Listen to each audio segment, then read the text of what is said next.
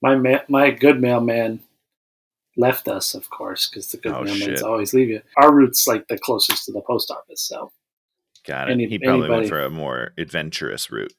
they don't have any control over it. They move them around. He requested not to be on your route anymore. He said, "I can't stop. handle it. Don't make me go over there." All the postmen love me. They've always loved me. No, the postman. How dare you say postmen don't love me? Hey, watch him with Dan and Tony. Hey, watch him with Dan and Tony. It's like watching, yeah. Welcome to Hate Watching with Dan and Tony. Tony is surprised because Dan's always moving too fast for Tony. Guys, he's on the edge. Dan's brain, and my brain's always braining. And I don't have a brain, so it's not braining. It's resting.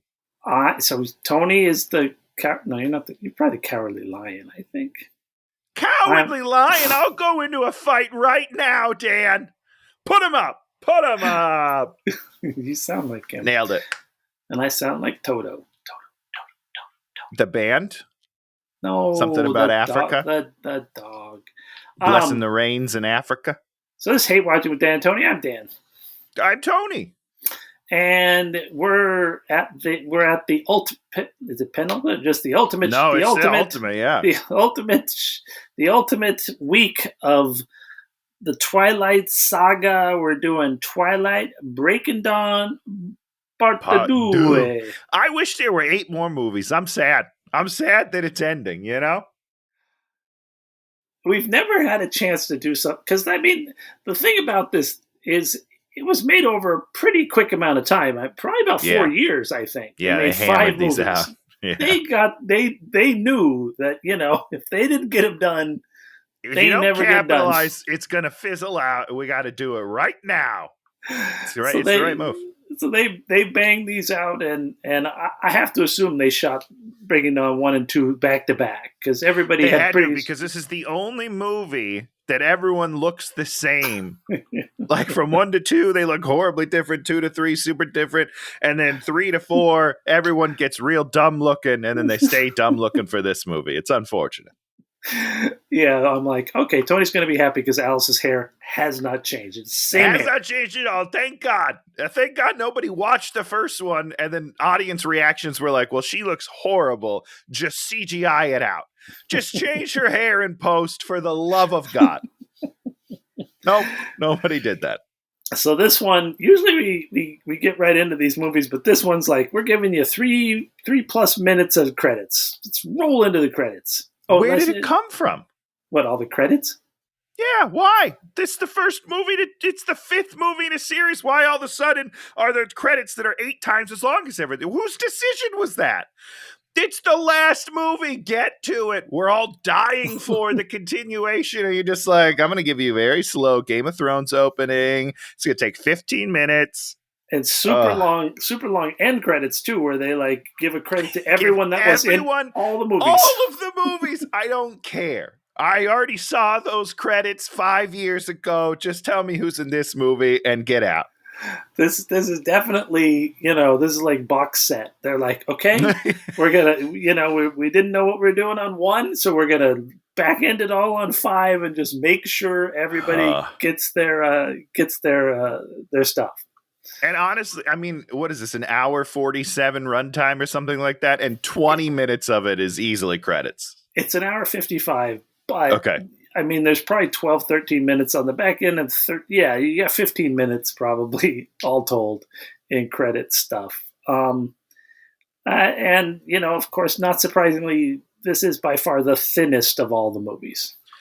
Yeah, because listen, so all I did the research was which book is the thickest. Guess which book is not the thickest?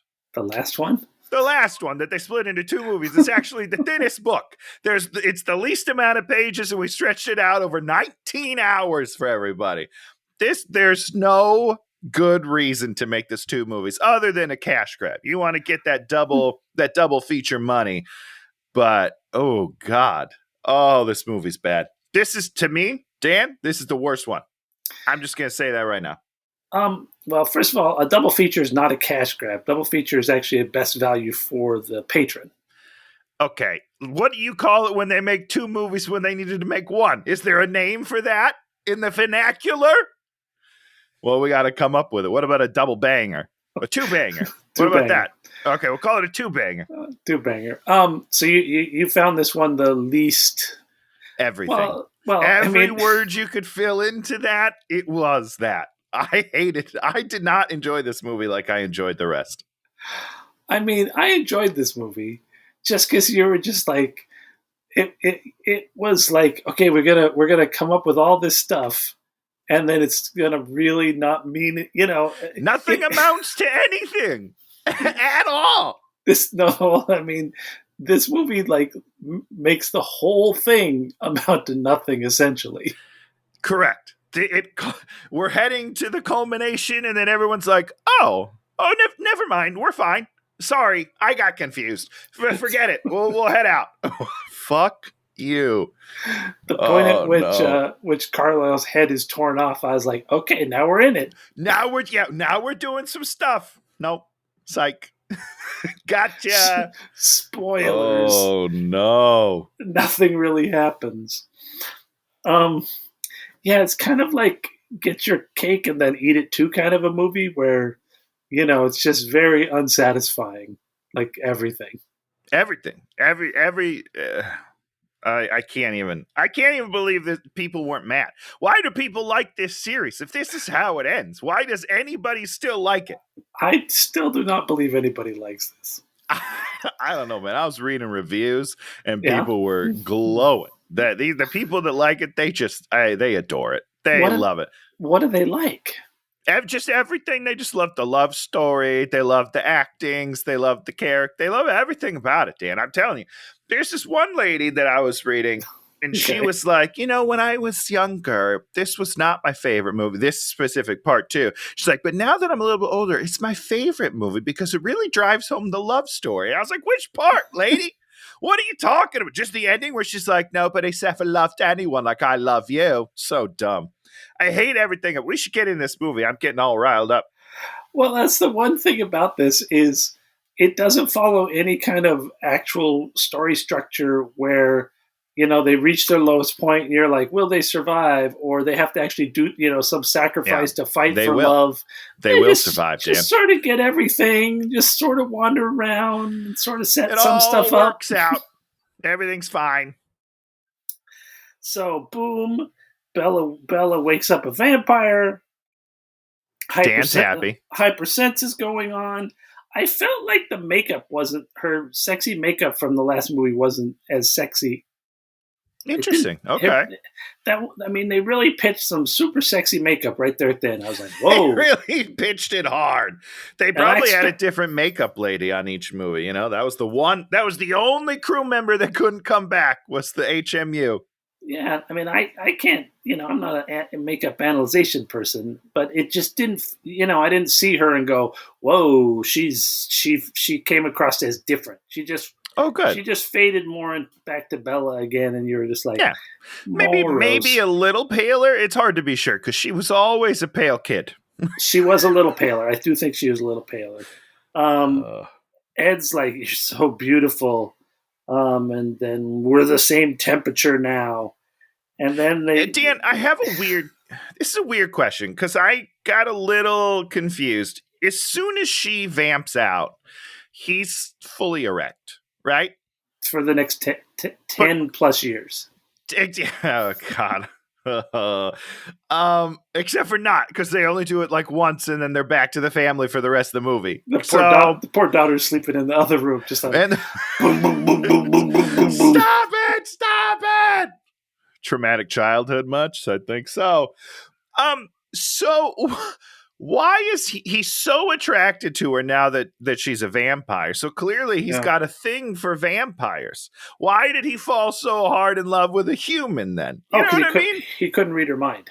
And she had the sexiest blood ever. That's it? She has the sexiest blood ever. We don't really go into that very much, but if you remember back to that first movie, her just being around her drove vampires insane. And we kind of played with that. We kind of let that go. At a certain point, then everybody's just like, she's standing there.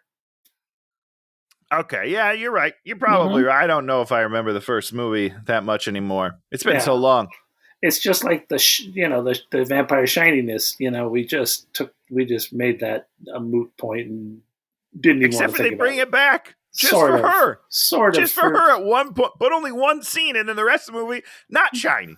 I don't understand it. It has to be the hottest beams of light that are coming through a cloud just right for her to properly refract. If we can't see the beam, it's not bright enough, doesn't matter. That's it. That's the point. It's got to be those bright, seeable beams. Now, if she was on the sun, shining all the time, don't worry. But Earth, it's fine. Diminishes. So, she's a baby vampire, so she's super powerful. And, of course, I think even as a baby vampire, she's more powerful than all other baby vampires. I think that's they say something like, I've never seen a baby or a newborn be like this. I hate it. And why? So she's like crushing him. And we have this perfect moment for her to bruise him up, even though he doesn't have blood in him. Still, have her bruise him up or do something that, break his finger, do something that is payback for her bruising her up. Him bruising her up in the other movie. Nope.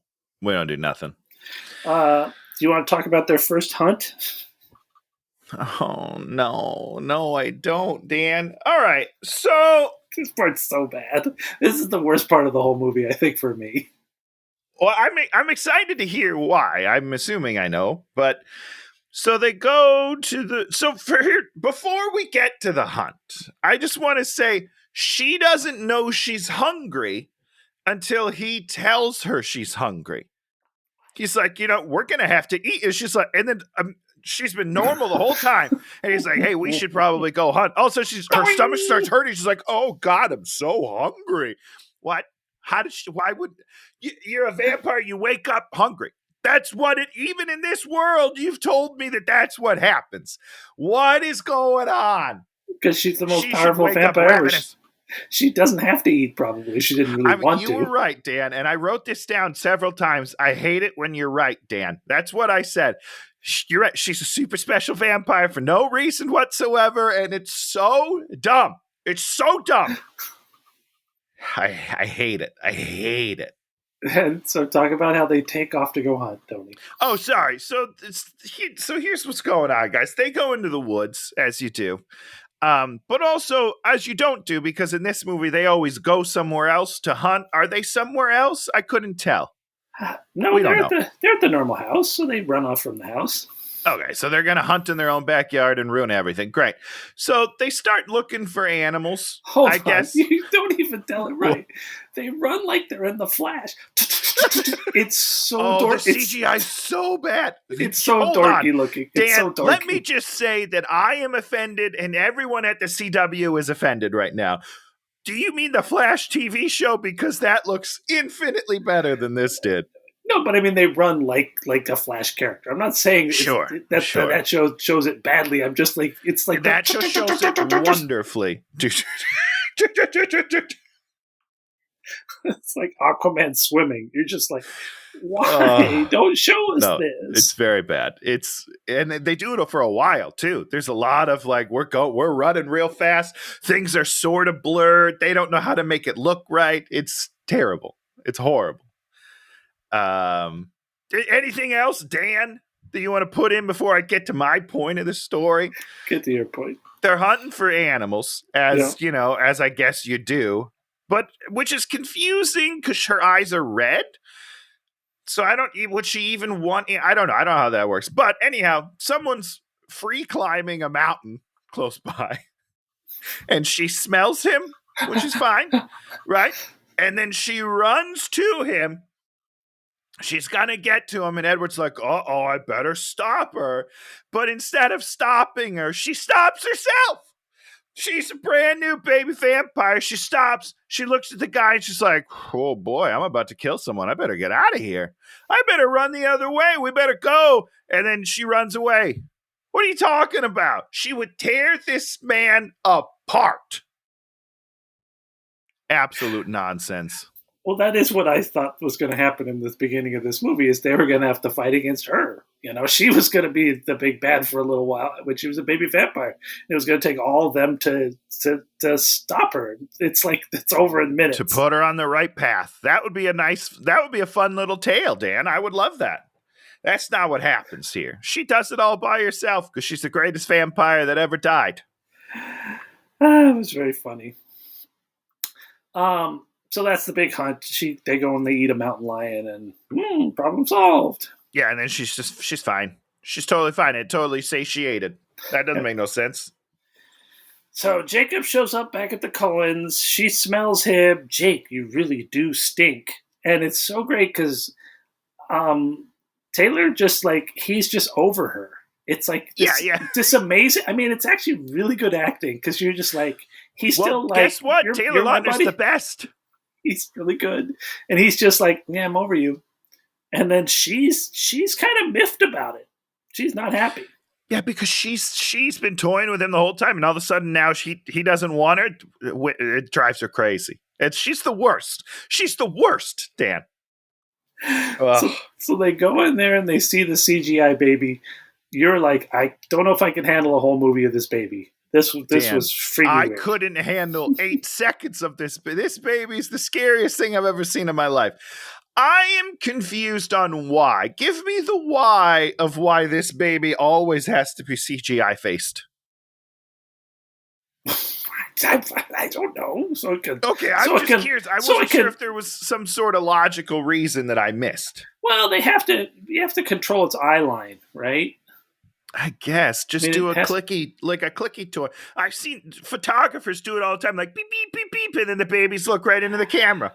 And the baby reaches up and touches Bella and does baby can like share memories. It's pretty interesting. Very interesting. Cool power.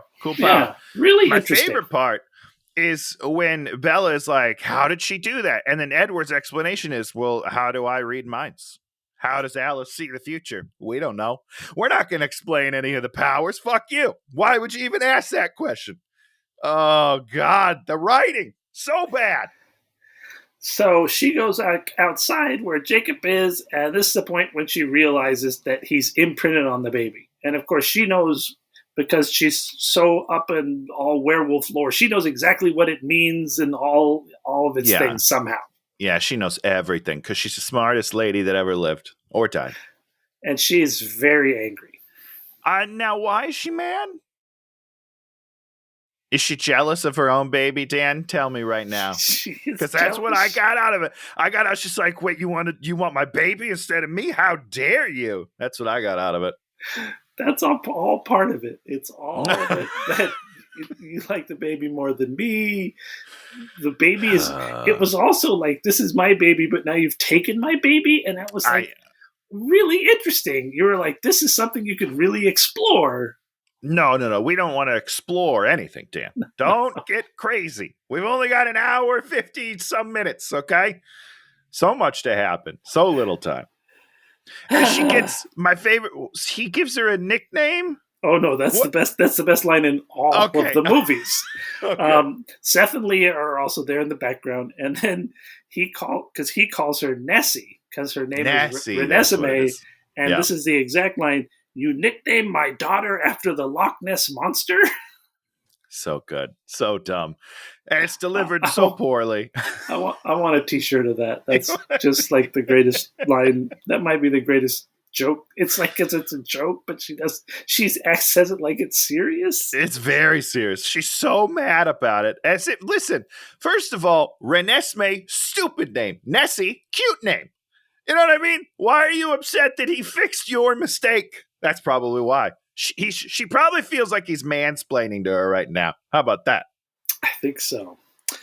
So this scene is so crazy to me. I don't understand any of the emotions that she's feeling, and I can't understand it. Well, I've already figured out what I'm going to title this episode when we put it up. I'm going to title it Two Psychopaths. Because her and Edward are literally psychopaths. I am really of the belief that the two of them are psychopaths. Yeah, listen. You're not going to. It's not going to take much to convince me of that. So Jake is like living in the house because everyone's protecting the baby, Yeah, and it's his lover, so he's gotta Now hold on tight. they take the newlyweds out and back, and they give them a house. Was that house always there? Did they somehow There's not a build that house chance. in the There's last not 2 a chance days? that there was a house back there and we never saw it, Dan. It's not possible. We would have known about it. I think I understand why they get a house, but is it just for the sex? Is that why they gave him the house? Because nobody else got a house, right? There's a bunch of other couples that all live together in the same house, and they're like, "Well, you're married, so you better get a house." What's going on with all these couples? I don't understand it. So what I've decided is that since they have sex a lot in the beginning of a relationship, they make you live separately during that time so that no one else has to deal with it. And then once you're over that, you can come back to the group. So they have sex, and then after they just talk the one about, time. They talk about they're never going to stop having sex, and then they talk about other And vampires like them have had sex for 10 years straight. And then he's like, we're going to do it even longer? Yeah, and then? I don't know. Charlie calls. And then they never do it again for the rest of the movie. They talk about how much they're going to do it all the time, and they're like, but not for a while. Let's put a pin in that, and we'll do it again in a few months. And the two of them actually are fairly physically and emotionally indifferent to each other the rest of the movie. Yeah, 100%. They're not like in the actual honeymoon phase. They're over it. They're done. There's no public displays of affection, I don't think. They don't really hold hands. I don't think so either. She doesn't cling to him. He doesn't cling to her. They really don't. Even in the showdown, they both guard their daughter, but neither of them are like connected. They're, I don't know. Yeah. I don't know.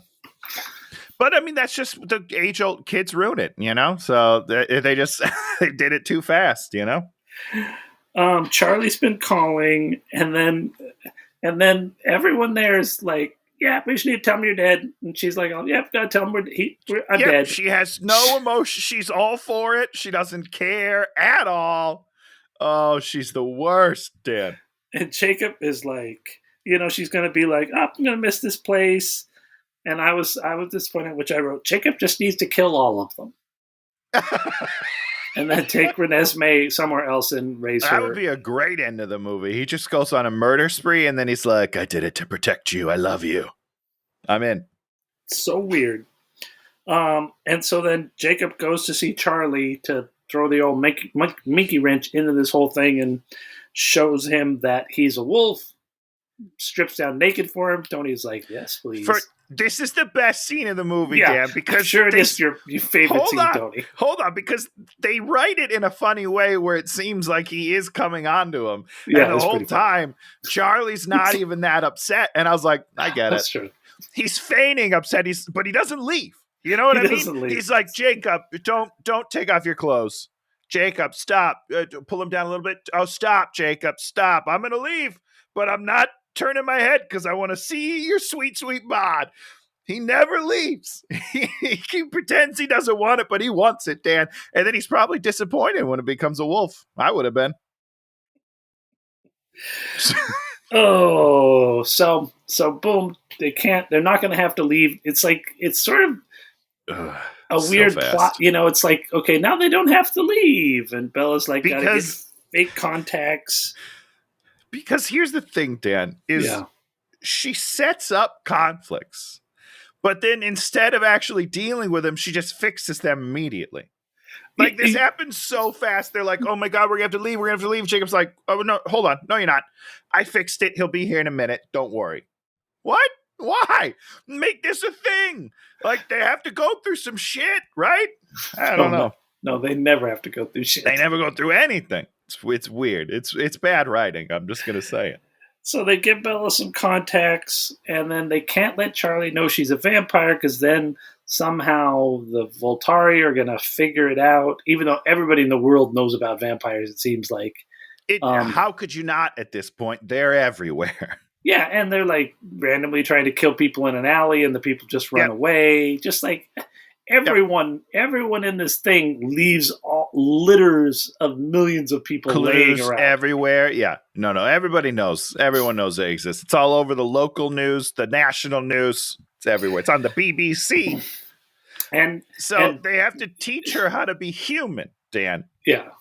Now this is funny to me because one of the things she no longer sits like a human.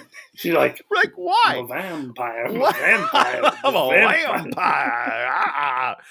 I don't. What happened? First of all, they're like, go sit and cross your legs, and she goes super fast. She speed walks over to the chair. She hasn't sped walked at all. She's walked everywhere in the last 10 minutes. She's walked around the room. She's had conversation. All of a sudden, now she can't walk. How does that happen, Dan? That's so dumb. If you're going to make her not be able to walk, she can't have just walked everywhere. It's so just stupid. It's just bad. It's so dumb. And then they're like, you have to blink. And she doesn't blink. And then she's like, blinks too much. It's, oh God, I hate it. Like, why would a vampire not have to blink? Why is that like a human thing versus a vampire thing? Vampires don't blink? Like, what? I what guess not because their eyes don't somehow get dry. I don't know. Bizarre. So Charlie shows up and she, it was really interesting because she was like strong vampire lady who wants to punch people. And then he shows up and she's like, I'm meek and Daddy. Yes, Daddy, I'll do whatever you. It's just like, where's their relationship that's normal? It's gone. Their relationship disappeared. Their relationship is gone. The last two, it's like the last two because I think it's this Condom guy. Bill Condom doesn't know how to do a movie. Condon. Thanks, Tony. Good joke. Sure, he never heard that in school. I bet he heard it not enough because he's still doing bad shit. Okay, it didn't fix him. All right, that's what it was supposed to do. It was supposed to fix him, and it didn't work. But their relationship it's dissipated, and now because what that means to me is there's like a power dynamic where she is inferior to him, and he controls her. That's what it seems like to me in this movie, but that's not what we saw ever. Yeah, it just doesn't make any sense. It doesn't make any sense. They had a great relationship earlier. And then Edward comes in with the CGI baby, and then somehow we say, like, she's our niece that we've adopted. In 1 second. I mean, like, what? We're like, Bella dead, dying in a Swiss hospital, now alive here, supernatural creature who has adopted a baby. Yeah. You're just like, huh? And then Charlie knows. Just too much information for Charlie. Like, why are you telling Charlie that? But he knows. He knows right away. He's like, Bella, that baby has your eyes. Oh, yeah, he says that. Basis, I guess. Yeah, so he knows. Oh, yeah, he does know. He ain't that dumb. I don't know, man. It's stupid. It's true. He's the only character that's not written insane. Yeah, he pretty much knows everything. He noticed the graduation caps. If the baby looks like he pretty much knows the answer, but doesn't know the answer. You know? It's weird. And now we get to the arm wrestling scene. I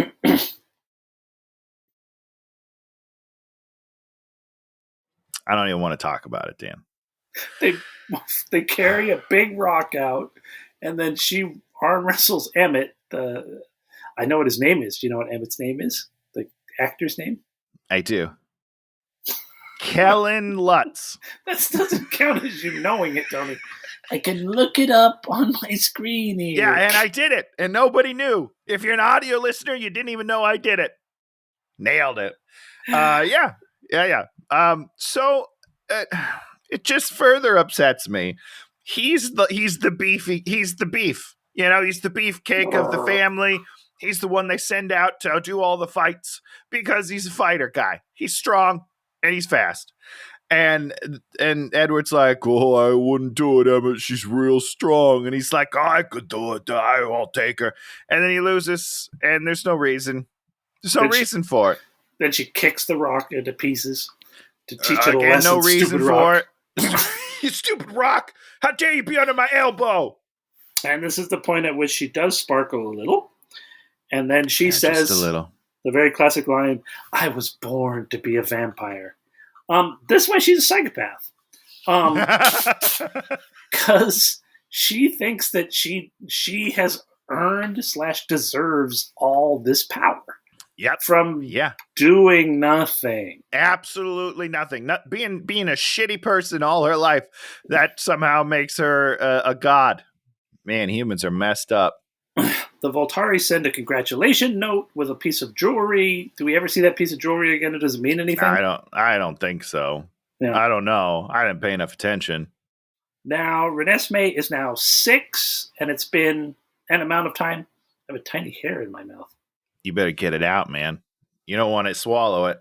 Oh my bad. God, it's not a giant. It's a giant hair I from a giant. giant hair. Felt like a tiny hair, but it was full-sized hair. Really, but it just kept on coming. It was like those magic tricks where they pull the cloth out of their mouth. So Renesmee is 6. Her and Edward are out in this field, and Renesmee is flying. Is she flying. She flies. I mean, she's definitely flying up to grab the whatever she was grabbing. I don't remember what it was, flower petals or some shit. Does anyone mention flight ever again, or does she fly ever again? No to both. Nor is it a big deal when she flies. Everyone's just like, yeah, that's what she's doing. No other vampire that we've ever seen in any of these movies can fly. Flight is amongst the most powerful of all powers. That is correct. Like, none of those vampires could do anything to her. You can't catch her. She just goes like this. And she's 20, 30 feet in the air, and you're never going to do anything to her. She can fly. Yeah. And we never mention this again. She's a child, Dan. She'll grow out of it. So Edward's like, you're a weirdo because she is warm-blooded. She's not a full vamp. The people we need to talk to are the tribes in the Amazon. Why? Because we're going to see them later. Why? I have no I'm going to idea. keep asking that question, Dan. It doesn't. Where would he even get? Was it from his Yahoo search? Is that what happened? The Yahoo search was like, check the Amazons. The Yahoo search. Irina the blonde, who's still angry about what's his name being killed, is on the mountain. Yeah. And she sees the LeBlanc? Matt LeBlanc? What was his name? The guy that got killed? Buffont? I feel like I'm close. Buffont is closer. Laurent. There you go. Yeah. Laurent's dead. Shannon's mad. So Irina sees, and then of course we have a chase. How does Irina escape, Tony? She swims, I guess. She jumps into the water and then that's super always swims. their getaway. Is if she can't figure out for waiting for people to get away, she just has them jump in the water and they disappear. Because the ocean's big. It's a big ocean, Dan. You don't know where they're going to pop up. I mean, can't Edward just jump in there and swim after her? No, he cannot, Dan. Because he's afraid of water. See? They don't tell you, but that's it. Okay, back in Voltari Land, Irina tells them about the baby, and then Aura's like, Michael Sheen's like, oh my. And he sees this opening. I enjoy him.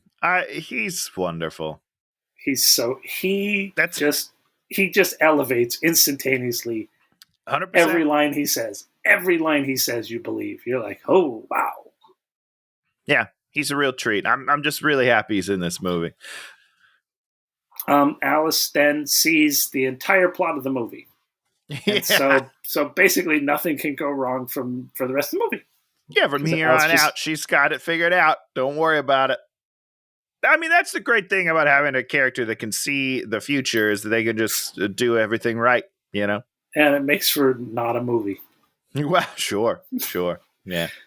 So we do a whole thing where we find out that the Voltari think that the baby is an immortal baby where someone bites a baby. Turns a baby, and then this happened, and then they had to kill a bunch of babies, so we get to see that happen, which is they throw a baby in a fire. The biggest laugh of the movie for me is when Dakota Fanning is holding that baby, smiling, and it just throws it in the fire. It's the greatest moment in the history of cinema. It's so funny. It's so poorly done. And they mean it to be traumatizing. That's the best part about it, is they're like, oh, we're doing some bad stuff here. We're killing babies. And it's so funny. No one cares. Oh, it's incredible. So we come up with the plan of asking all of Carlisle's friends to come and witness. So, because Alice tells them that the Volturi are going to come when it snows. So what they're going to do is they're going to spread out across the world and find all the vampires and then bring them back here. And then they're going to all stand there and say, Renesmee's cool, don't kill her, bro. Okay, wait, hold on. But do we already know this? Maybe we already knew this. Oh, boy. Oh, no. Well, we figure out what the whole plot is. Oh, we don't know what the whole plot is yet. We learn that later. So they're going because they know the Volturi's coming, and so they're going to collect all these vampires who are not going to fight. It's not a fight. It's just to stand witness. Yeah. Why is this plan going to work? In what world is this plan going to work? Because Alice saw everything. So whatever plan they come up with is going to work. They could have said, we're going to encase her in concrete and give her a helmet that hides her, we're going to put her in a thing for the rest of her, we're going to prisoner of Zenda her, and everything will be fine. Yeah, I like that. That's a fun movie. And then she sneaks out and murders the town folk one night. Great stuff. They go to the north where the Alaska vampires are, where Arena was, and then they all we do a little bit of a fight. Same architect built this house that built the Cullens house. Yes. One architect. All vampire. Yep, exactly. They only turned one of them. Okay, it's one vampire architect. There's one vamp for each job. Okay, that's all you need. Carlisle's the doctor. This guy's the contractor. Each one's got a job. Then the next place they go to is Egypt. Do you want to talk about Egypt, Tony? I screamed. I yelled out loud. I was like, what? You yelled out. What's he doing here? Why is he here? Absolutely incredible. The biggest twist of this movie for me is that they somehow got Mr. Robot himself, Queen. He's so much like Michael Shannon. Is that his name? Okay. Who? Michael Sheen? Michael Sheen. Michael Sheen. Thank you. Yeah. He's too much better than everyone else around him in his own scenes. He's so good. Oh, and God, it just so makes good. it almost makes him seem like the weird one. You know what I mean? Rami Malek. Did I not say his name yet? You just said Mr. Robot. Rami Malek walks out, and he's so vampiric. He's so cool. He's so interesting. Yeah. You're like, where's the spin-off movie? I want to see this dude. Amen. And he controls water, which was cool.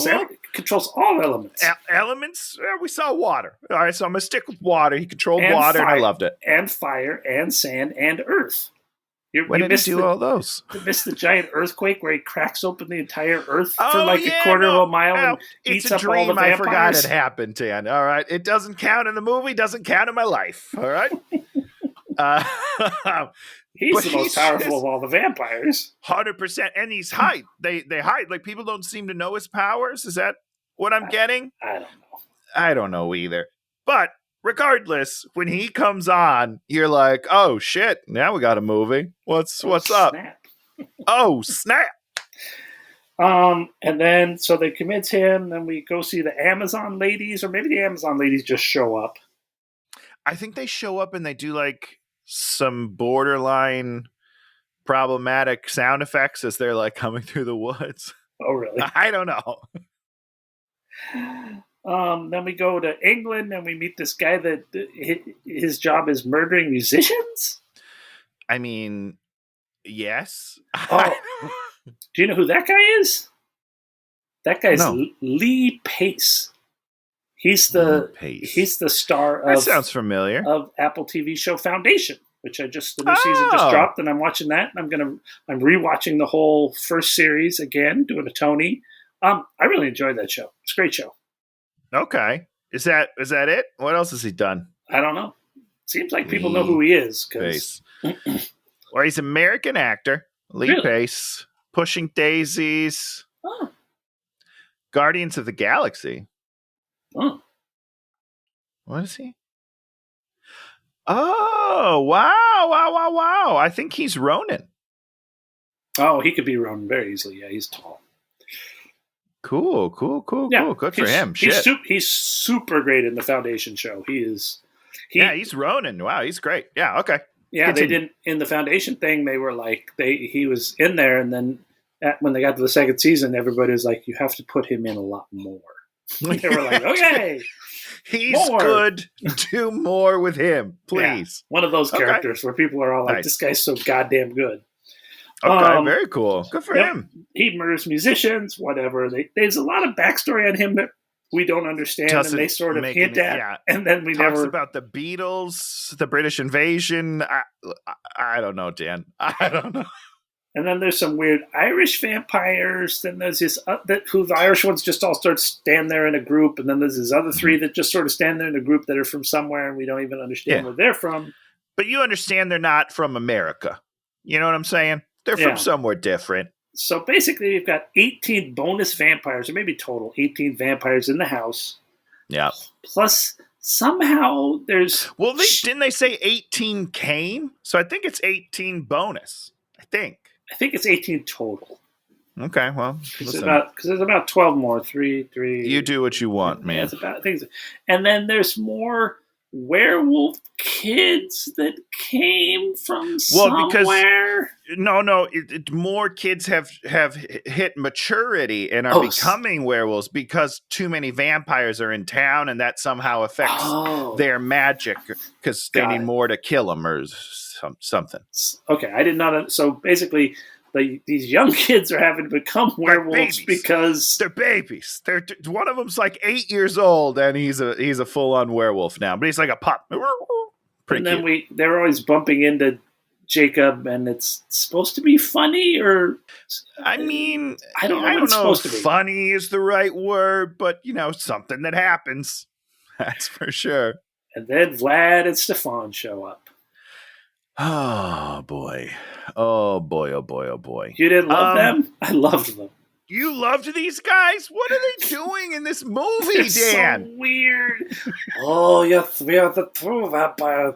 We've waited 700 millennia since they burned our castles, and now we're going to teach them all a lesson. The Italian bastards.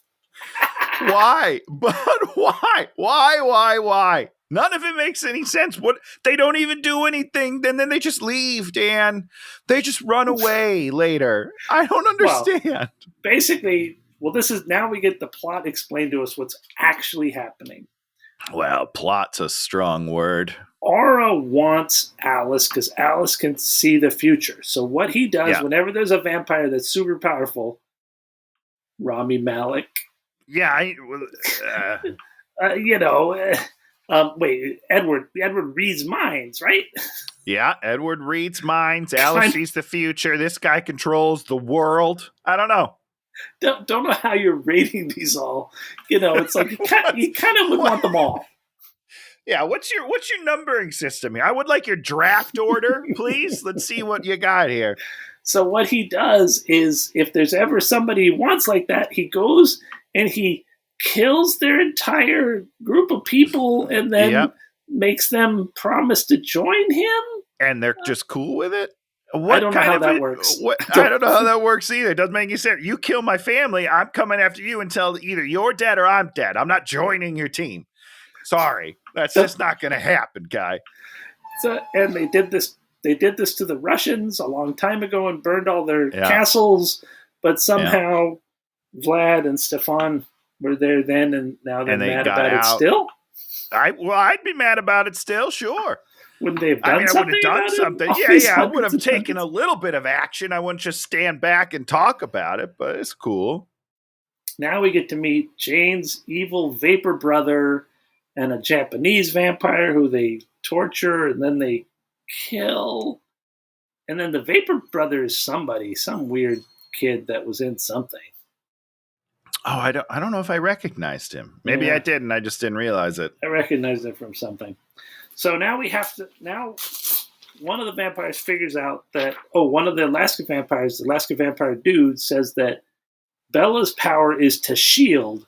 So they have to teach her to shield people because we're going to need that in the battle. So she can project her shield out. And so electric vampires electrocuting Edward, and then she protects Edward, and now she can protect her shield to help a person. Yeah, no, that's a perfect summation, Dan. You really knocked that out of the park. That's a 450-yard home run. It was confusing because earlier in the movie, No. I guess it was a joke, but Kristen Stewart is like, so my power is that I'm a super controlled vampire or something like that. Mm-hmm. Clearly, that's not her power. Her power is to shield people. But then why is she stronger and better than any other vampire? Because she's the How greatest. is that related? Because she's hot. I forgot to put that into account. You're right. Oh, man, that's on me, everybody. Let me formally apologize. You know what? I do need to sort of apologize. By the way, real quickly, it'll come up at some point. Charlie not banging Jacob's mother. Yeah, he is. No, Charlie is banging Seth's mom. Well, he's banging Seth his best and Leah's mom because her husband is the guy that died in the first one or whatever, who had the heart attack and died. That's Mr. Clearwater. He did die.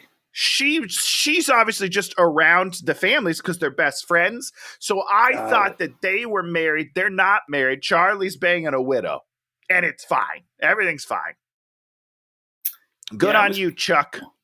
Yeah, and I mean, you called that out. You knew that something was going down the whole time. I knew that something, but they don't talk about it much. And in this movie, they give it one line where it's like, I'm glad Charlie found someone. But we don't talk about who or how. It's kind of nice because it's like, it's an actual plot point probably in the books a little more. And in this thing, they just... I think you're giving Stephanie Meyer too much credit. Let me just say that right now. So Bella reads Renesmee a story for bed. And then Renesmee's like, why did Alice leave? And she's like, because we're going to die? ? And then Bella's the answer to that is yes. Yes. Bella is mentally drained. So Edward, that's when he starts putting the moves on her.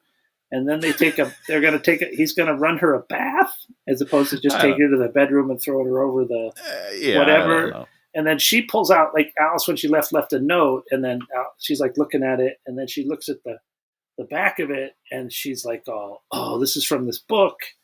And then she goes and... But why is she the only one to figure that out? Because she says something like, Alice left me the clues only because my mind can't be read. But she just left that note, and anyone could have turned it over, and it's the title of the book, The Merchant of Venice. It's not a hidden message. It's literally on the title page, the back side. Anybody could have opened it the wrong way and been like, oh, shit, we have this book. Tony, we have this book on this shelf right here. Tony, it's a mystery. Just let Stephanie write her little clue trail in here. You know, when you're writing your mystery, you set up your clue trail. Is this a great clue trail? Not necessarily, because it really goes nowhere. Not necessarily. But, okay. So she's so lenient. We did talk about clue trails one time. Do you remember that? And you were like, I love doing that. And I was like, I hate it. I am so bad at it. But this makes me feel like I might be good at it. It's fine. No, she's terrible at it. You're just bad. She's very bad, and she made $1 bajillion. So I'm fine. I'm going to be fine. So it's a name and a place. And so Bella's like, okay, I'm going to go see Charlie. And so he takes Jake, and Renesmee's in the back. They go to see Charlie. This is when we learn that Charlie's getting it on with Leah's mom. He's happy with Seth and Leah's mommy. And then she goes to visit the secret name, Jay Jenks. They meet at the restaurant, and you're like, wow, this is going to get good. And then he pulls out passports for Jake and Renesmee. Mm-hmm. And that's all it is. It's just a couple of guy that made them some passports. Who he could just illegal passports. Huh? Couldn't he just sent them in the mail? That's a good way to get caught, Dan. Obviously, you've never ordered illegal passports before. Okay, you got to do that shit undercover. Sometimes they'll leave it in a trash can, and you got to go pick it up and you look around. My favorite part, speaking of looking around, he slides the envelope. First of all, this guy's great. He's from The Wire. Yes, thank you. I was going to say the other one, but that was wrong. He's from The Wire. He's awesome. He played Bunk in The Wire, and everybody in The Wire has turned into. Good. I mean, what's his name? The guy that played Killmonger in Black Panther was in The Wire. Was he really? I got to rewatch The Wire. I haven't seen that in 20 years. Michael B. Jordan was like one of Yeah, the yeah. kids that sold the drugs, in the quad, whatever. They were Yeah. he was one of those kids. Ugh. And you're just like, God damn The Wire. Well, I mean, you got to give it to the casting of The Wire because they found legit everyone they found. They were like, yeah, they could be a star. They'll be a star. This is the best actor I've ever seen. Like it's weird how that works sometimes. I don't know. Kudos to them. Anyhow, my favorite part of this whole scene, he slides the envelope to Bella and then he looks over his shoulder as if he's checking it out and she just opens it right up. She doesn't give a shit. He's like being all secretive. She tears it open, takes him out, lays him on the table. That's not how you do a secret deal, lady. Pick it up, put it in your jacket. Right? And be like, okay, thank you. I'll look at it later. Slide it into your purse. No, because she is literally a psychopath. She's like, look what he made me, everybody. Look at these. Arrest him. I'm keeping these. I can run away fast. There are no consequences for me. Oh, God. And then she does rage driving because she's thinking that Jacob and her daughter are just going to leave her. Forever. Like once again, it's not, she's like, oh, I'm going to be able to protect my daughter. It's like, what about me? How does this affect me? 100%. Only me. Yeah, you're right about that. Oh, golly. So then she gets home and she's like, now I'm going to pack for Renesmee. She writes her like some notes, probably like, open this one when you're 10, open this one when you're 12. Yeah. And then there's this other weird vampire who was living in the attic. He says a bunch of words, and I have no idea what that character is. I don't know what the words meant. I don't know what the scene meant. I didn't understand anything that was happening. That's how I felt about a good deal of this movie, Dan. And boom. So you're not going to explain to me what the words were? I have no idea. I don't know what this clown is talking about. We see him twice in the movie. And why is he even here? He shows up and he's like, I'll be in the attic. And then he hides in the attic the rest of the movie. Why are you here, guy? So dumb. He doesn't even play an important part in the battle. Not at all. Not at all. He's not even cannon fodder. He's not even one of the ones that dies, as far as I can tell. Christmas time. There they are. Christmas What's the major line of this? Seth and Leah, stop eating. They yell at Seth. Well, at least Seth gets involved this time, because usually it's just shitting on poor Leah. So at least, Seth is getting some trouble, too. They give Charlie a fishing trip so they can get him out of town, and they give a bracelet to Renesmee, which means something. Means nothing. No, don't be confused. This whole thing, whenever they have something to do, they give them these small, inconsequential jewelry gifts, right? That's this whole movie's everything is about small. It might be the only gift Stephanie Meyer knows how to give. She's like, everybody loves jewelry, right? I love it. That's what I give everybody for Christmas. Don't get her for Secret Santa, guys. It'll suck. So all the vampires go out and have a pre-battle bonfire. They talk about wars. One of them's like Jasper's old war buddy, right? Isn't that one of the vampires? Sort of. I couldn't figure that out. That's fair. Jacob thanks Carlisle for his extraordinary life. No. You wrote the wrong name. It's Edward. The direct quote is, Carlisle, I've never said thank you. In 107 years, I have never once said thank you for making my life great. Fuck you. What a terrible kid. Oh, my God. And Bella gives Renesmee a locket with pictures of her and Edward. Which at least makes sense as a gift. You know what I mean? It's more jewelry, sure. But it does at least have sentimental value. Here we are. It's battle day. I make the noted point of the head of the Italian Voltari is a British guy. Okay. I never really thought about that. Okay, good point. And they want to meet Renesmee. They go up there. They figure out that she's not the bad thing. She's half whatever and half. They thought. Yeah. And so they kill Irina, and then Jacob and Bella are pissed off that they're killing Irina, who is horrible. Yeah, because it's sad, right? Because the other sisters are on their side. They're mad. I understand them being mad. But Yeah. Why would Bella care about Irina at all? Like for even one fraction of a second? Well, because she's altruistic, Dan. Have you not seen that about Bella? She loves everybody equally. No, she's a psychopath. Oh, right. No, I forgot. You're right. I forgot which character we were talking about. I have no idea. I don't know why she'd be mad. She'd probably be happy because that lady tried to kill her baby. Yeah. Just throwing it out there. That lady set it up for all of them to die. 100%. So yeah, you get what you get, lady. Pain Jade pains Ed, and then he gets shielded, and then Black Smoke guy doesn't black smoke, and then Dan, what is his power? I don't understand it. Black smoke comes out of him, and then you can't see. Okay. What is the black smoke comes out of him. Just say it slower for me. Can you just say it slower one more time? You son of a bitch. Black smoke comes out of her. Black smoke. I see. I mean, that's the thing is Electricity Girl causes pain. Pain Jane causes pain. There's lots of people who can cause pain. And they don't really make it so that this pain is any worse. And so the smoke, they imply that the smoke is worse. But how? Why? What is? I don't know what it is. It doesn't kill you because he black smoked the Japanese vampire, and it was fine. She was fine. Came out of it. And he's all like, "Yo, bro, whoa, what's going on? I wasn't gonna join them." And then he's like, or was like, "Yes, but he's gonna come visit you, and then something might happen, so we'll kill you." So you're done. You're out of here, guy. How does that work? No. It's like you're accusing me and killing me before I've even done the crime. I've done it, and you don't even have Alice on your side to make sure I would do it.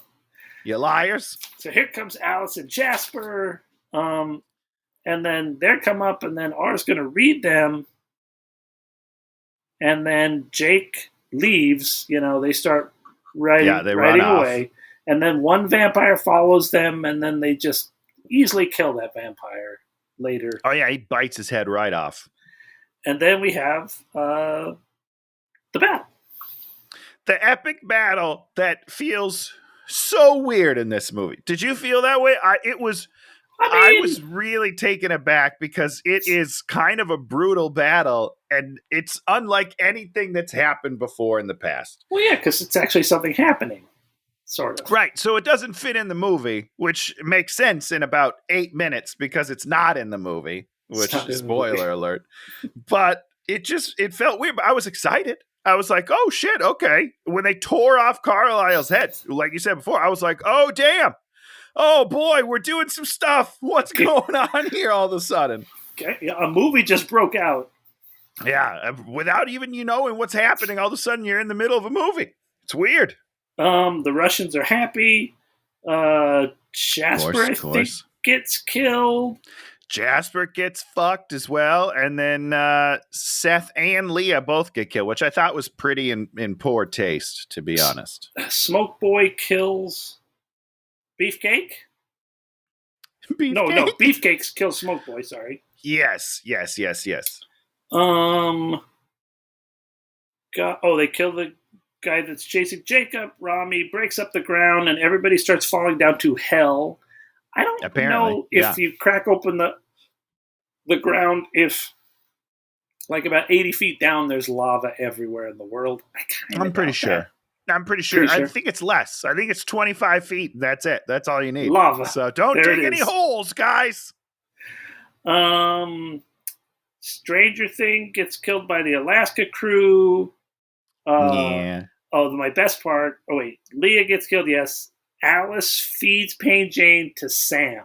That was the best one. Oh, yeah. No, that was a good moment. Yeah. I liked that. The Ruskies kill some people. Ed and Bella double team Aura. Except none of it happens because Aura read. Well, yeah, hold on. So they tear off his head. First of all, somebody, I can't remember who it is, one of the blonde ladies grabs a guy by the jaw and then tears his head in half, that was a great death. I was like, good for you. Good for you, Twilight. That was a nice moment. But then, so they defeat Michael Sheen. They kill him. They tear off his head. And then you get zipped right back, and he's still talking to Alice. And it was her showing him the future if that's the path that he decides. So basically, everything was fought over Alice, and all by herself fixed the problem. Which to me is just like, well, yeah, no wonder he wants her. First of all, there it is. She's number one draft pick. Right? No, amen. But so the end of the movie, the fix of the problem has nothing to do with the main characters. They don't do shit about shit. Because I'm so happy that I followed their story for 18 hours. I read a thing, and Stephenie Meyer was like, I didn't want there to actually be a real conflict at the end. I wanted it to resolve itself. Or in the middle or the beginning. No conflict, full stop. I'm good. I'm sorry. She literally said in an interview that she's like, I didn't want there to be conflict in the end of my story. She wanted to be she didn't say existential. She said something else. Well, it wasn't that either. She wanted the stuff. She wanted it resolved, peacefully, magically, boring, stupid. Without any of these words, without anybody suffering any consequences. Yeah, that's what she wanted. No consequences, because that's what the whole book. The whole thing is trying to figure out this sort of make things that could make things problematic, and then figure out ways to sort of fix them before they ever even get to see them a problem before they're a problem. Yeah. It's like, oh, we got to leave and tell Charlie we're dead. Oh no, I told Charlie, and then we're gonna have this and he's fine with it. And he's okay and with he's everything. Fine with it. He doesn't mind. It's like we're gonna give Charlie $20, and then he'll be okay that we left. Charlie gets the 20. He's like, I'm okay that they left. I got this $20 bill. I got a $20 bill, Ma. I got it. Charlie, what an idiot. And he's so R's like, and then, oh God. So he does that, and then these two Amazon vampires show up, and the one's like, I'm 150 years old, and this is my mother, and I made her into a vampire. And a half vampire, half human. What? And you're just like, what's going on? Why? Why do we have to see these two? I don't even understand why we have to see these two. Aura's already put off, right? I'll tell you why, Dan. Because this gives Bella peace of mind knowing that her child will grow old and not die young because she's growing so fast. Oh, I see what you're saying. But they only grow fast for 7 years, then they stop growing. So Jacob only has to wait a couple of years before he can, get in there. So Aura's like, everything's cool. And they leave, and the Ruskies are like, this is not good. And then they just leave. And then they just leave. They don't really care. They just leave. They run into the woods. You are fools. Oh. Goodbye. Thank you for having us. And then they're just out. There's Audi 5000. And then Jake didn't have to leave. And so he just sort of comes back. And then Alice sees the future, and Jake's hooked up with CGI Renesmee. And, oh yeah, big time. And everyone's happy. Happy. And then they make the great joke where Jacob and Edward talking, and Edward's like, I'm glad she has you. And then Jacob's like, should I call you Dad? And he's like, no, but I'm gonna fuck your daughter, so maybe I should, is what he's saying. Here's what's weird, Dan. I'm gonna put a wolf baby in her. What happens then? You know what I mean? It's like a wolf baby combined with 50%. Yeah, you do the math. 50% wolf, 25% vampire, 25% human. What happens then? That sounds like a pretty interesting movie right there. I want to see the sequels. Okay, I want to see what happens. Here's where I feel like they messed up a little. Jacob. In this movie, Jacob's very much a father figure to Renesmee. He protects her. Yeah. He's the one that's like a calming voice because Bella's nuts, Edwards is nuts, and he's like, so then he's basically grooming her, no wolf pun intended, to then, take her virginity later. It's weird. It's It's super really weird. weird. It's even weirder, when you sort of see it, because he's the sane character in all of this Yes. thing, and you're just like, wait a second. But then he's not, because he's just waiting until he can put it in her. That's his only goal. Just get old enough so I can make love with you, please. That's all I need. Dog with a bone, baby. I don't know. Yeah, it's so weird, man. the psychosexual politics of this movie. You don't want Is to go near any bizarre. of them. It's Nor should you, because it's dangerous. no. Children should not be reading this book. Adults should. Nobody should have ever read this book. No. And here's what I'll say: the relationship in 50 Shades way healthier than this relationship. I'm just gonna throw it out there, and I know that may be controversial to some, but I'm telling you right now, at least they have safe words, and they seem to really care about each other. This is nuts. All of this is crazy. These are terrible, terrible people. Oh man! And I mean, what a treat. I think that's the world through the lens of a teenage girl, where she she thinks she deserves to be a vampire, and she deserves to live eternally, and play with the world the way they think they should be able to play with the world. That is right, and they do, because they're all powerful beings, pretty much. Yeah. Although I will say, in the battle scene, it felt like heads became very easy to tear off all of a sudden. Feels like they were just like mid-air, no, not really doing much, just boop, just pop it right off. I feel like earlier they were harder to tear off. I don't know. Yeah. It's fine. It's fine. And of course, the Voltari, who have done all sorts of terrible things the entire thing, they just walk home and have suffered literal zero consequences. Yeah, I mean, it's all good. We're thumbs up, we'll handshake, and we'll see you again next time. They don't care. Yeah. So, Dan, yes. Now that we've made it through this experience, I mean, we're not done with the movie yet, technically. But what is the story of Twilight? It's a love story. Is it? Is that what it is? No. It's a prequel to two psychopaths living their lives, murdering the whole planet. I love it. I think so. I think that's going to be. I don't know. It's so weird. They set up these little things that just never really go anywhere, and the final confrontation with the Volturi isn't even about what it was about earlier. Because at one point, Dakota Fanning made an army. Why does nobody talk about that anymore? We just moved on. Why did she even do it? What was that army? What was it even supposed to accomplish? I thought she was going to try to take over the Voltaris. I thought that was a power play. It wasn't. It was nothing. No, they were trying to. It's very weird.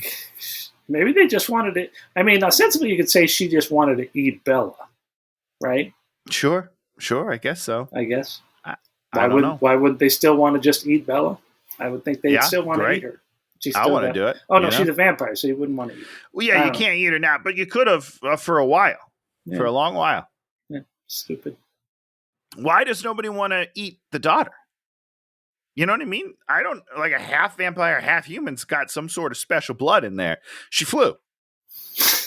This kid flew. I'm going to try to eat her and see if I can fly too. All right? Dude, I got nothing for you on this Also, movie number 6, here's a wild pitch, Dan. Vampires suddenly realize they can impregnate humans and get super special children. They're all going to do it. They're all out there having sex with humans right now, trying to populate the earth with hybrid babies. Well, because they don't care, right? Well, yeah. I mean, Edward loves stupid Bella, but any other vampire that's having sex with a human being, they're not going to care. It's just using it as a chamber. You know what I mean? They'll just put it in a room, fill the human full of blood, and then when the baby comes out, they'll finish off the human. Kill it. They don't care. Yeah, they'll just kill the human. They don't care. Yeah. They're not going to sit there and bite her a bunch of times to try to bring her back to life with his venom. Oh, my God. Oh, these movies are a real treat. So anyhow, at the end of the movie, they're back in the field. Yeah. Remember? Not shining whatsoever on a very beautiful day, it seems. And she suddenly has the power to show Edward his memories like her baby did. She can drop her shield. She learned how to drop the shield. So he's reading her mind. Yeah. She drops the shield. And then she says the classic line, "Now you know that nobody has ever loved anyone the way that I love you." And he's like, "But with one exception, me." And then they make out. I want them both to die at that moment. Just get their heads double ripped off. By their child, by the way. That would be a great ending. I think that's what's coming. I think that's what the next sequel. Oh, boy. Oh, boy. Did Stephanie Meyer ever write anything else? I hope not. I mean, would you? I would just retire. If something shitty I wrote became a national bestseller, I would just be like, cool, I'll retire on that. No, you wouldn't. You'd keep making shit forever. I don't want to ruin my legacy. I'm not a good writer. You know what I mean? But for some reason, people fell for it. Let's. Jesus, Tony. Stephanie Meyer, the books. Twilight. The Host. Twilight. Midnight Sun. Yeah, she's written some other stuff. Well, if they make any movies out of anything else she's written, we will absolutely be doing those on here. 100%. There's two books, or a book called The Chemist. Oh, boy. I want to read that one. Anyhow. So that's it. That's the end of the Twilight Saga. Twilight Saga. Great job, everybody. I'm proud of you. Thank you for sticking with us. If you didn't stick with us, maybe you'll come back after we finish. Yeah, you come back. It gets better. All right? Just like life, it gets better, guys. Just stick out. It's over. It's over now. You know, it's not like Harry Potter and Hunger Games where they're going to just keep on trying to make new stuff continuously. Well, let's hope. Let's hope not. Now we're going to talk about something we liked this week. Like I said, Foundation's back. I've been watching that. Love it. Great. I also started watching this I Think You Should Leave with Tim Robinson. Now, I watched it the first season, and I hated it. And I was like, this is too insane. That's understandable. Yeah. And then I don't know why, I started watching some of the third season, and I was like, okay, there's some stuff here. And then I started doing a little more research and watching, so some of them really work. Some of them are really weird. Well, I mean, they're all really weird, but some of them work really, really well. And some of them, to me, are just like, pass, next. Let's get out of this. And then I was watching random YouTube clips. He also has a show called Detroiters, which I don't know if you've ever watched that show. Oh, I have not watched that. It's a Comedy Central show. And there's a sketch, or it's part of the show, but it's essentially a sketch about a car that poops. You have to go watch this sketch because it's maybe the greatest sketch of all time. So here's my problem. Not my problem. One of my issues with the show, I think you should leave. There's a lot of poop. I don't find feces very funny, Dan. So I will watch this car that poops. But in general, I just don't find scat humor to be funny. I don't know. I know. But there's one sketch he does about eating hot dogs where he goes to like the doctor. I don't even remember what it is. And the doctor's like telling him how he's got like a high blood sugar or something. And he's like, what'd you have for lunch? He's like, hot dogs. Hot day. He's like, how many hot dogs did you eat this week? He's like, I don't know, 7 hot dogs. I don't know. It was really good. But some of them are just, I don't know. And it looks like behind it. He gets Will Forte to be in some of them. And Will Forte was in I do love Will. A very funny one on the plane. And then the one that convinced me was this woman like parks her car and it's like blocking the sidewalk. And she goes into the house and then they hear screaming and they go outside. Have you seen this one? And no, I haven't. Will Forte was walking on the sidewalk and the vehicle blocked him. So he crawled under it and he's caught his ponytail on the undercarriage of the car. That's the setup. I'm not going to say anything else about it because it is. That's good. That's a good premise. There are many of these sketches that you're like, okay, Tony and I've done some sketches and we've seen a lot of sketches. They usually go along a path that starts A, B, C. You're like, okay, his go A, B, Q. 4, and you're just like sometimes that path is just beautifully. It's a beautiful trajectory. Crazy, it's super fun. Yeah. What do you got for us, Tony? So much less exciting than yours. We are just rewatching Futurama. We're mid Futurama rewatch because the new season drops 2 weeks from now. Next week, 2 weeks. It'll be out by the time this is dropped, I guess. So I guess I should say it's out now. Everyone, go check it out. So we're rewatching it to be fresh, and I'm excited for the new season because I loved Futurama. Futurama was great. How's the strike treating you, Tony?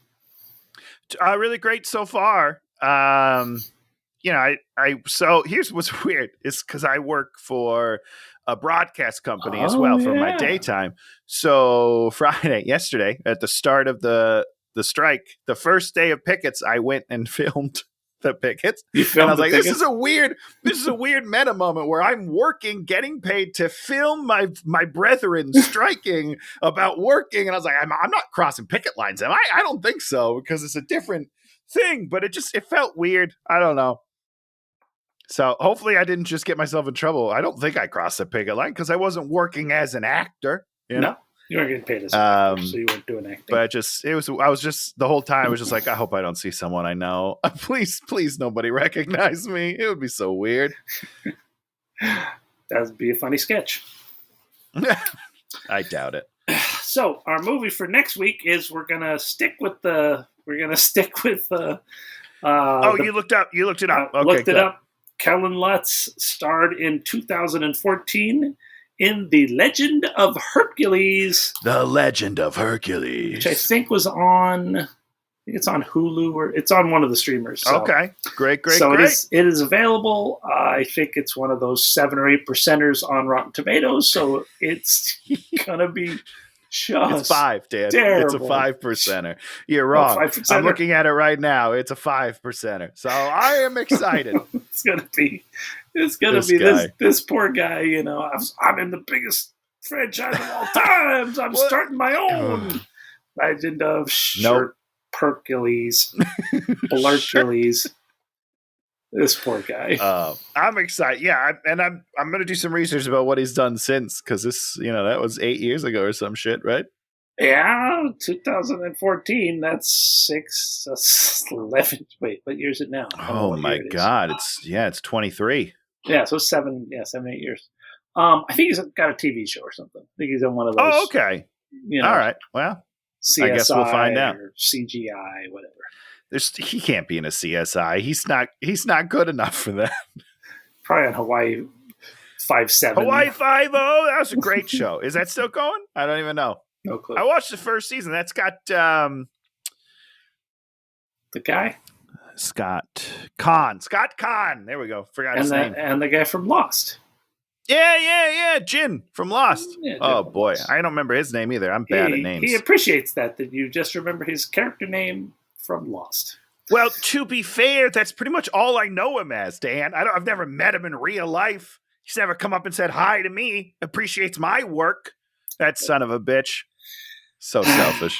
So we'll be back next week with The Legend of Hercules. If you like what you see, give us a thumbs up, because that moves us up in the algorithm emotionally. So it's really important. Sorry, yeah, algorithm, but also emotionally. There's one of them. One of our videos is at like 50%.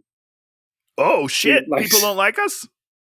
What are they mad about, Dan? Do you remember? I don't remember which one it was. You better find it and let me know. I'm gonna comment the shit out of that. Yeah, it was some stupid movie. It wasn't Tenet. We're like 86% on Tenet. Which is weird, because we did hate Tenet, and I feel like a weird amount of people like Tenet. I think a lot of people hated it too. So leave us a thumbs up. You can subscribe, or you can leave a comment. And and we'll be back next week with The Legend of Hercules. Yeah, goodbye, everybody. Hey, watch him!